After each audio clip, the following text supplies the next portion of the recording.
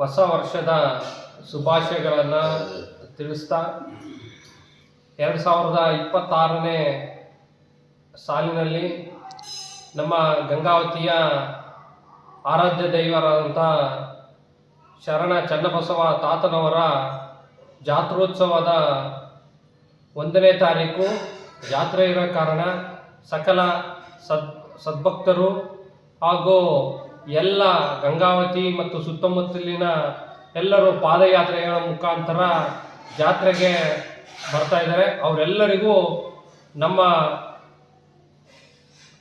ಸಂಸ್ಥೆಯ MSMS ಸಮೂಹ ಶಿಕ್ಷಣ ಸಂಸ್ಥೆ ಹಾಗೂ ಶಿಕ್ಷಕ ಮತ್ತು ಶಿಕ್ಷಕರ ವೃಂದದ ಪರವಾಗಿ ಕೂಡ ಜಾತ್ರೆಗೆ ಶುಭಾಶಯಗಳನ್ನು ಕೋರ್ತಾ, ಅದೇ ರೀತಿ ಗಂಗಾವತಿಯ ದೇವಿ ದುರ್ಗಾದೇವಿ ತಾಯಿ ದುರ್ಗಾದೇವಿಯ ಜನವರಿ 3ನೇ ತಾರೀಕು ಜಾತ್ರೆಯ ಶುಭಾಶಯಗಳನ್ನು ಕೂಡ ಈ ಸಮಯದಲ್ಲಿ ಕೋರ್ತಾ, ಹಾಗೂ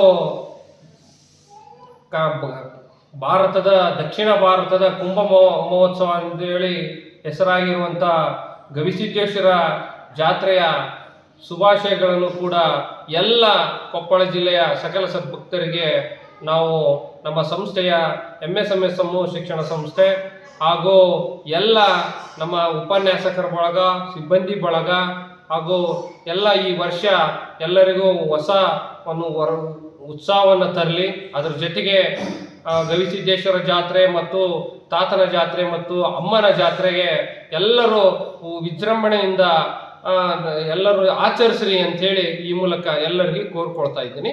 ಜೈ ಹಿಂದ್, ಜೈ ಕರ್ನಾಟಕ.